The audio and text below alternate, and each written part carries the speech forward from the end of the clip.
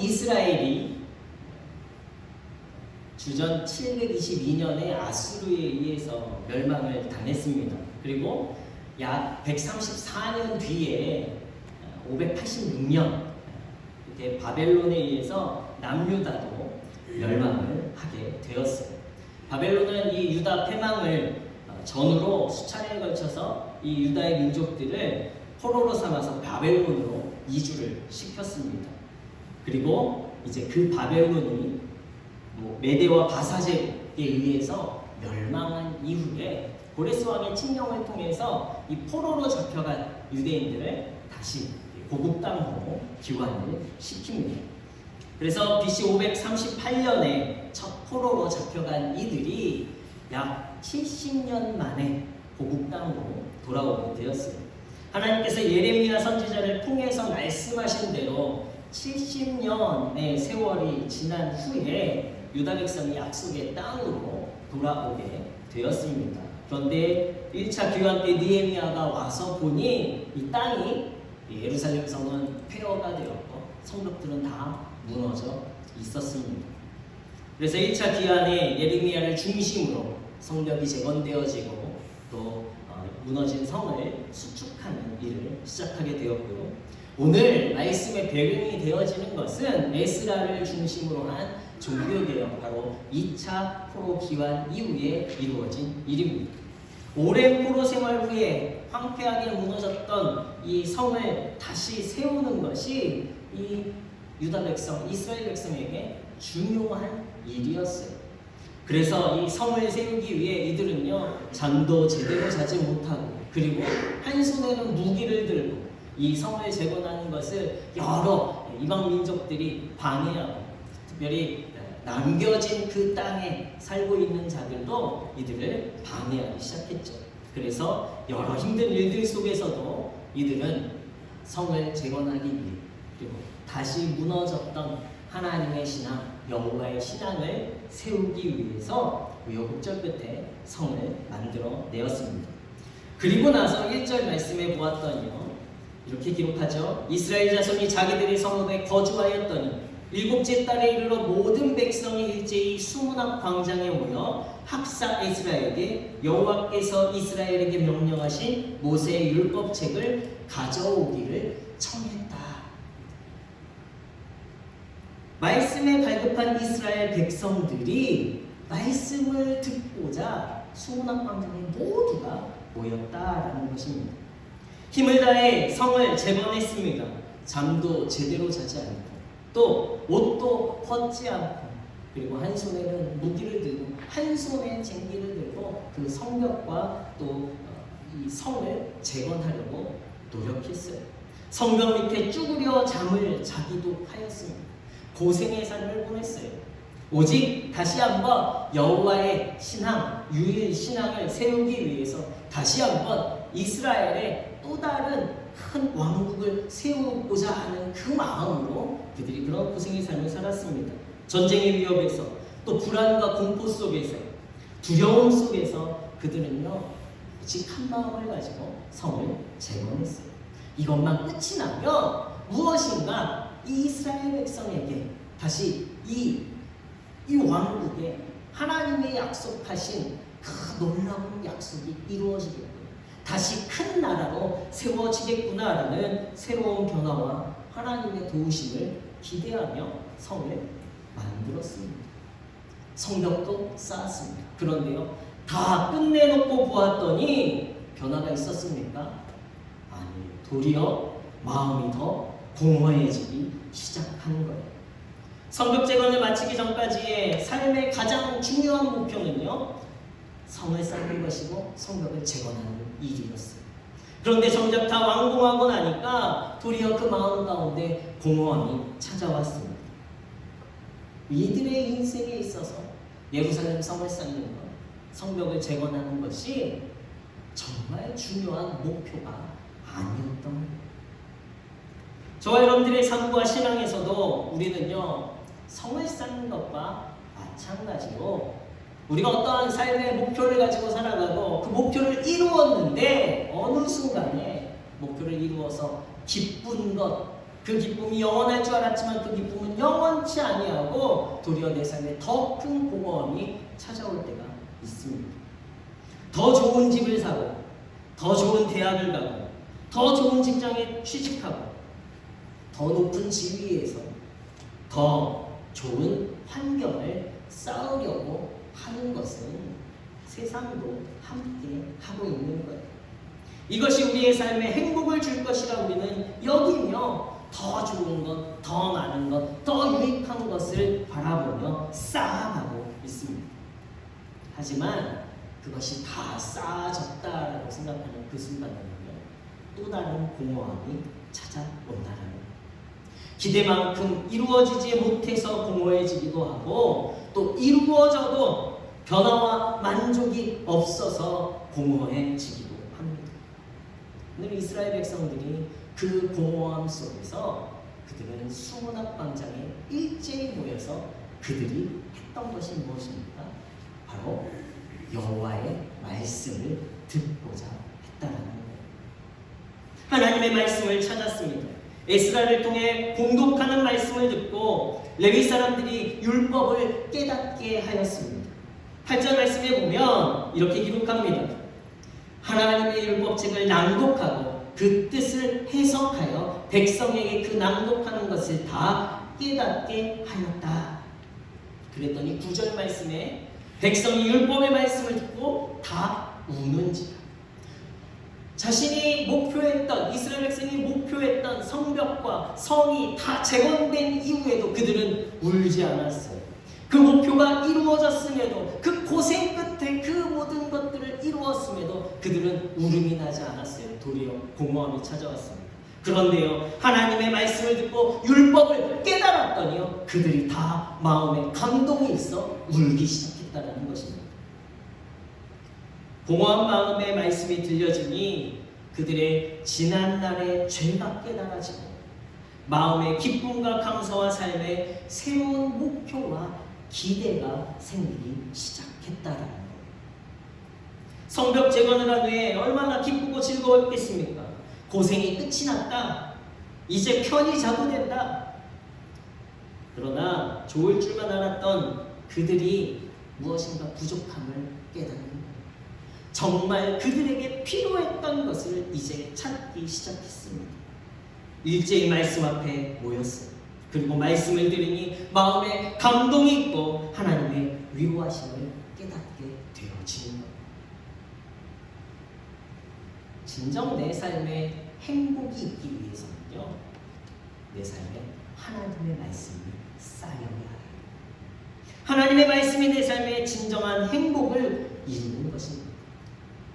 여러분들의 삶 가운데 말씀이 중심되어져 있습니다. 하나님의 말씀을 듣고자 여러분들의 인생 가운데 최선을 다하고 있습니다. 제가 신학대학교 4학년, 제가 늘 몇 번 말씀드렸던 것 같아요. 사도 바울이 예수님을 다메섹 도성에서 만난 것을 성경에 보면 3번이나 기록하고 있는데 더 많이 이야기했던 것 같아요. 근데 저도 이거밖에 말할 게 없어요. 제가 전도사로서 무능력함을 깨닫고요, 사역을 그만두고 청년으로 살아가자. 그리고 둘째 누나가 이제 얻을 수 있는 퇴직금을 다 가지고 영국으로 유학 가서 일반 학교에 진학하자, 이런 계획을 가지고 있었던 때였습니다. 가정에서는 아버지와 부하로 집을 나온 상태고요, 친구네 집을 전전 긍긍하며 때로는 하숙하고 때로는 기숙사에, 그때는 빈대라고 이야기했어요. 빈대 붙어서 사는 거예요.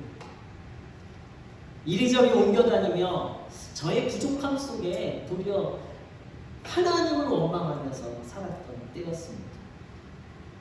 그런데 큰 누나 권유로 큰 누나가 다니는 교회, 대형 교회예요, 일산이에요. 그 교회에 나가게 되었어요. 주일에 늦게 일어나서, 매일 주일 새벽 5시에 일어나서 사역을 준비했던 제가요, 이제 주일날 편해진 거예요. 그러니까 점점 일어나는 시간이 늦어지는 거예요. 그래서 청년 예배가 오후 2시예요. 그래서 그 시간에 맞춰서 일어나서 오후 예배 나갔습니다. 그런데요, 한 달이 지난 이후에 갑자기요, 제 귀가 열리면서 말씀이 들리기 시작하는 거예요. 그 다음 주에는요, 그 말씀을 기대하고 나가기 시작해요. 그 다음 주에는요, 그 말씀 가운데 감동이 있어요. 그 다음 주에 갔더니 그 말씀이요, 그 수천 명의 사람들이 아니라 저에게 하는 말씀으로 들려죠. 오늘 목사님 어떻게 나를 탁 꼬집어서 말씀을 하시지? 그리고 송구영 신님인데 그 말씀이요, 제 삶을 바꾸는 말씀이 되었습니다. 그 이후부터요, 말씀이 제 안에 쌓이기 시작했어요. 신학대학 4년을 다녔습니다. 그리고요, 교회는요 20년이 넘게 모태신학으로 다녔어요. 그런데요, 그 24년, 26년의 세월 동안 저는요 한 번도 말씀이 들린 적이 없었던 거예요. 귀를 닫고 교회만 왔다 갔다 하는 거예요. 말씀이 쌓이니까요 인생이 변화되었고요, 말씀이 쌓이니까 소망이 생겼어요.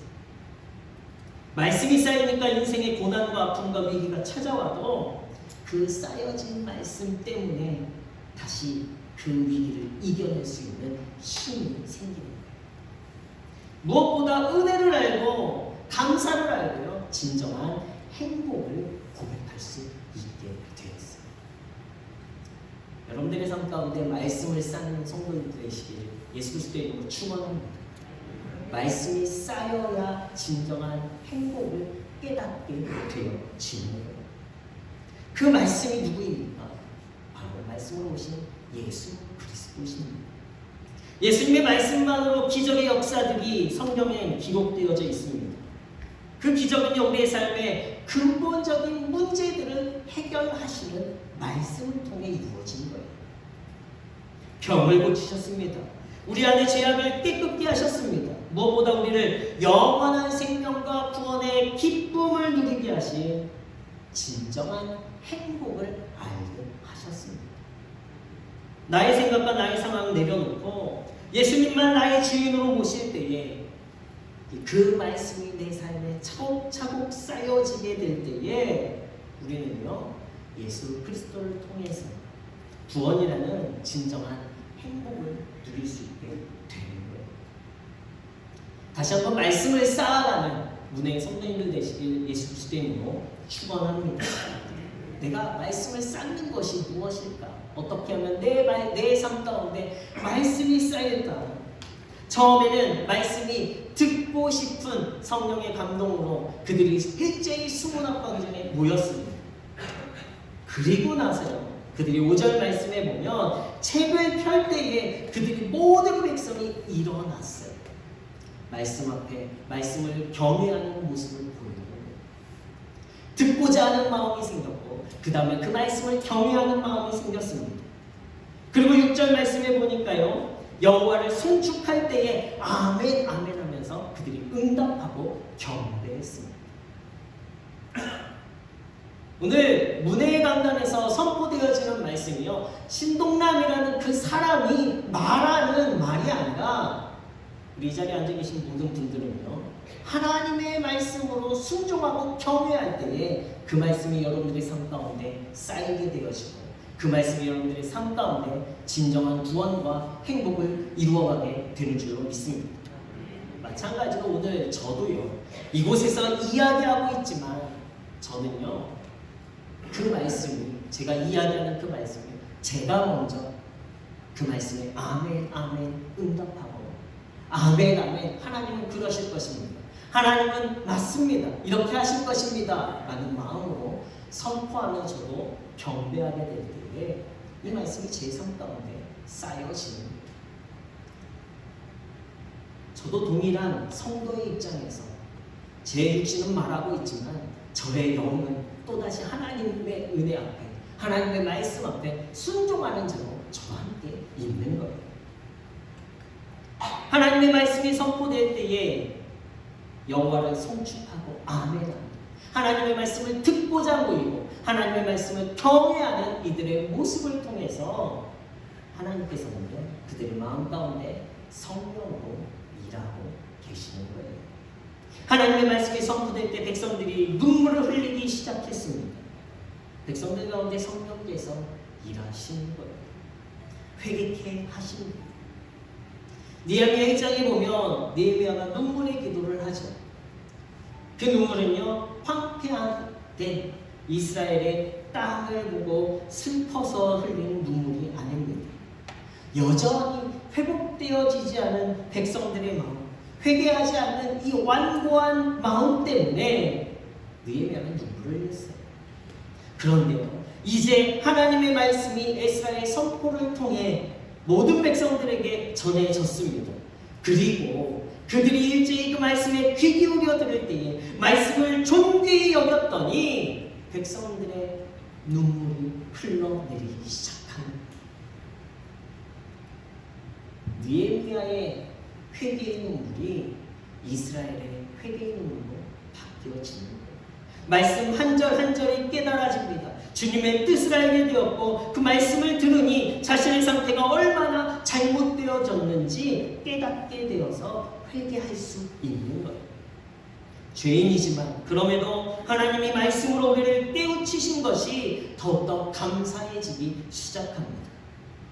그래서 이스라엘 백성이 흘린 눈물은요, 회개의 눈물에서 시작했습니다. 그리고 그럼에도 우리에게 말씀으로 역사하신 하나님께 감사하는 눈물로 바뀌어지는 거예요. 그리고 그 눈물은요, 이제 곧 기쁨의 눈물로 바뀌어집니다. 공허함이라는 것에서 시작되었지만 말씀이 쌓여지니까 그것은 행복으로 점점 바뀌어가는, 심령이 회복될 때 가장 먼저 나오는 것이 울음입니다. 하나님은 이 울음을 우리에게 받기를 원하세요. 하나님이 그 울음을 받으시고 하나님은요, 성령을 통해서 그 울음을 기쁨의 눈물로 바꾸시는 하나님이 되시는 줄로 믿습니다.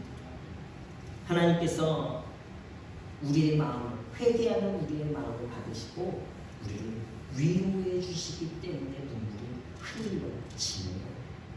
말씀의 성취는요, 하나님의 이름을 부르는 백성, 하나님의 말씀을 듣고자 하나님께로 귀를 돌리는 백성, 그들의 마음이 거룩해진 것을 말하는 거예요. 오늘 우리의 삶 가운데 말씀이 쌓여서 그 말씀이 이루어지어지는, 그 말씀이 성취되어지는 때에는요, 저와 여러분들이 하나님께 우리의 귀와 우리의 마음과 우리의 생각을 돌려 주님께로 향하여질 때 우리의 삶 가운데 이루어지는 기쁨이 바로 말씀의 성취가 되는 줄로 믿습니다. 그래서 9절 말씀에 보면 레위 사람들이 모든 백성에게 이르기를 오늘은 너희 하나님 여호와의 성일이니 슬퍼하지 말고 울지 말라. 여호와의 성일, 하나님께서 우리 가운데 택하신 날, 우리에게 주신 기쁨의 날, 그러니 슬퍼하지 말고 울지 말라라고 이야기합니다. 또 12절 말씀에 모든 백성이 곧 가서 먹고 마시며 나누어 주고 크게 즐거워하니 그들이 그 읽어 들려주는 말을 밝히 알리라. 크게 즐거워했어요. 어떠할 때 즐거워했습니까?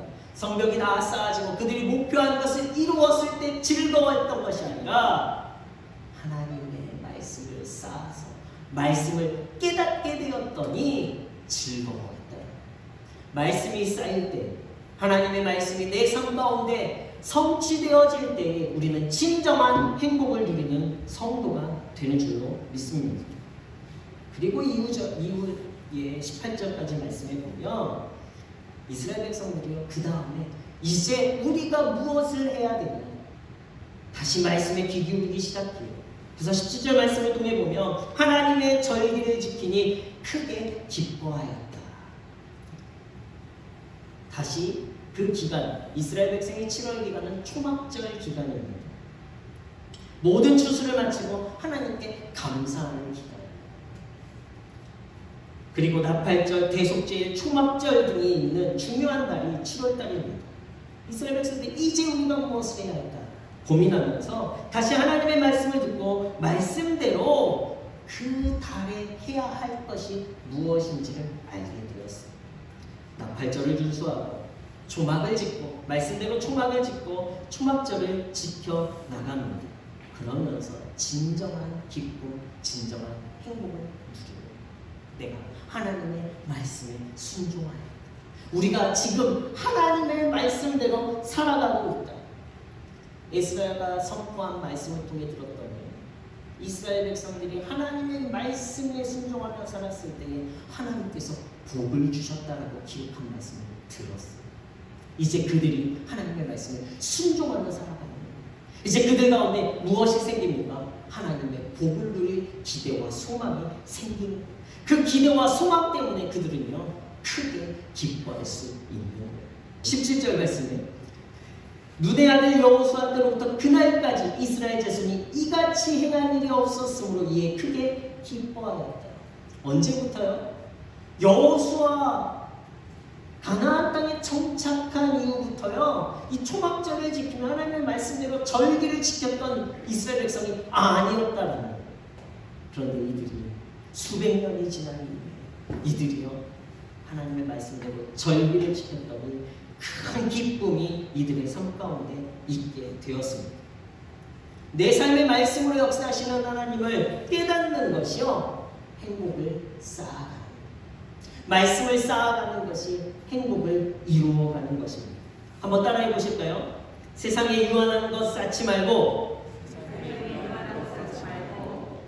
나는 그렇게 할 거니까 옆 사람 보면서 하셔야 돼요. 세상에 유한한 것 쌓지 말고 영원한 말씀을 쌓읍시다. 정말 꼭 하고 싶은 말씀 옆에 계신 분에게 하셔야 되는데 안 쳐다보시네요. 세상에 유한한 것을 쌓아가는 우리가 되어서는 안 돼요. 세상에 유한한 건 그냥 유한한 거예요. 그것이 내 삶의 목표가 되어서는 안 돼요. 그러나 영원한 하나님의 말씀을 쌓을 때에 여러분들의 삶 가운데 여러분들이 진정 가져야 할 행복, 진정 누려야 할 구원의 기쁨이 여러분들의 삶 가운데 채워지게 될 줄로 믿습니다. 우리의 삶의 목표가 하나님의 말씀을 쌓는 신앙이 되시길 다시 한번 축원합니다. 내게 부족함이 없는데 우리는 오늘 공허하지는 않습니다. 우리는 말씀으로 돌아가야 할 줄로 믿습니다. 말씀을 쌓는 성도들 되시기 바랍니다. 할 수 있는 대로 말씀을 들으시고 말씀을 읽으시길 바랍니다. 거기서 끝이 아니라 우리는 말씀을 묵상하고 깨달아야 돼요. 제가 정말 긴 시간 우리 장로님하고 만나면 긴 시간 다른 얘기하는 게 아니라 성경 말씀 장로님이 질문을 하시면 제가 아는 성경에 제가 쌓은 그 말씀 가지고 장로님 확 대화를 하면요 그것이 너무 행복해요. 장로님은 때로는 제가 이상한 이 이야기를 해서 이해하지 못하셔서 조금 이렇게 또 다시 질문하시고 이러실 때도 있지만 장로님 어떠신지 모르겠어요. 그게 고문의 시간인지. 그러나 저는 그 시간이 정말 행복합니다. 하나님의 말씀을 함께 나누는 시간. 성도님들의 가정에서요 바로 이런 일들이 일어나야 돼요. 저는 청년들에게 제자 훈련하면서 연애하는 청년들에게 특히 이렇게 이야기합니다. 믿는 사람을 만나. 그리고 믿는 사람하고 만나서 오늘 뭐 먹을까로 고민하다가 오늘 어디 갈까로 고민하다가 그것 때문에 싸우지 말고 나의 비전이 무엇인지 하나님께서 내게 주신 목표가 무엇인지 하나님께서 내게 주신 사명이 무엇인지 만날 때마다 그것을 이야기하는 거예요. 오늘 읽은 말씀의 큐티 내가 보고 깨달았던 것이 무엇인지 이걸 나눠봐라. 그러면요 그 만남이요 매일매일 새로워요. 옆에 계신 분 다시 한번 찾아보실까요? 이웃 사람이 될 수도 있고 또 내외가 되실 수도 있는데 함께하는 것이 지겨우십니까? 아니죠. 그 만남, 이 관계가 날로 날로 새로워지기 위해서는요 말씀을 나누는 삶이 되어야 돼요. 교회 안의 성도들의 삶이요 기쁨의 삶이 되기 위해서는요 어디가 맛집이래 어떤 TV 프로그램 어떤 드라마 전 드라마를 안 보거든요. 1일 드라마 요새 보죠. 신사와 아가씨. 그 이야기 나누는 게 아니라요. 하나님이 오늘 내게 주셨던 말씀이 이 말씀이에요. 그런데 난 이렇게 깨달았어. 이 말씀을 나누는 관계가요. 영원한 관계가 되어지는 축복의 관계가 되어지는 그 관계를 만들어 가시는 문의 모든 성도님이 되시길 예수 그리스도의 이름으로 축원합니다. 그리고 말씀대로 순종하여 행동하십시오. 그러할 때 그 말씀들이 쌓여 세상이 줄 수 없는 평안과 기쁨 그리고 진정한 행복을 우리는 누릴 수 있게 되어지는. 우리가 그 말씀의 기쁨을 누리지 못하니까요, 세상에 나눠줄 게 없는 거예요. 도리어 나눠준다고 우린 나눠줍니다. 하나님께서 내게 복을 주셔서 우리의 자녀들이 이렇게 큰, 이거는요, 솔직히 말하면 이거는 복음을 전하는 게 아니라 자기 자랑하고 다니는 거예요. 이 자기 자랑 때문에 도리어 교회가 힘들어지는 거예요. 우리는 자기 자랑하는 사람들이 아니라 예수 그리스도를 자랑하는 사람들이 되어야 돼요. 말씀을 자랑하는 성도들이 되셔야 할 줄로 믿습니다. 그래서 그 말씀도 세상이 누림으로 말미암아 그 세상 가운데 진정한 행복을 전하는 성도들이 되시길 다시 한번 예수 그리스도의 이름으로 부탁을 드립니다. 이것이 우리가 세상을 섬기고 사랑하는 성도가 해야 할 일이 되어지는, 그럴 때 이 땅을 향한 하나님의 뜻인 진정한 회복이 이루어지게 될 줄 믿습니다. 그 말씀을 쌓아 진정한 행복을 내가 먼저 누리고 세상에 나누어 주시길 다시 한번 모든 분의 성도님들 되시길 예수 그리스도의 이름으로 축원합니다.